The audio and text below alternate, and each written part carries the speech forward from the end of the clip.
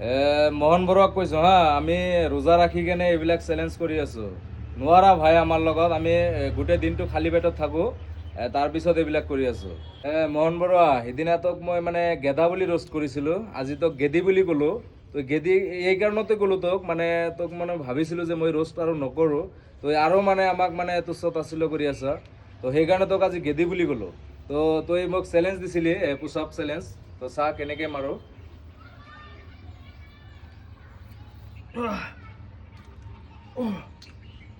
2, 3, 4, 5, 6, 7, 8, ঠিক আছে না?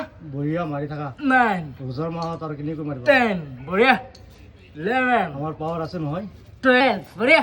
পাৱাৰ দেখাই দিয়া 13, 14, ৰোজা ৰাখি তথাপি মানে 20টাৰ ওপৰত মাৰিছোঁ। তো নেক্সট টাইম মানে 50টা মাৰিবলৈ ট্ৰাই কৰিম। তো চাই থাকিবি, মোৰ চেলেঞ্জটো একচেপ্ট কৰিবি। মইতো এটা চেলেঞ্জ তোক দিছোঁ অলৰেডি, সেইটো একচেপ্ট কৰিবি। আৰু তই যিখিনি চেলেঞ্জ দিয়া মই তোৰ চব চেলেঞ্জে একচেপ্ট কৰিবলৈ ট্ৰাই কৰিম। তো কোনোদিন মানে ট্ৰাই কৰা নাই, ফাৰ্ষ্ট টাইম। নোৱাৰা ভাই, একদম মানে গু ওলাই যাব, গু ওলাই যাব। আমাৰ লগত চেলেঞ্জ নকৰিবি ভাই, তোক কৈ দিছোঁ। মই তোক মানে ভাবিছিলোঁ যে আৰু ৰোষ্ট নকৰোঁ। তই মোক ভাইটি বুলি কৈছিলি আৰু তোক মই দাদা বুলি কৈছিলোঁ। তো ৰোষ্ট নকৰোঁ বুলি কৈছিলোঁ, তই আৰু মানে ৰোষ্ট কৰিছা।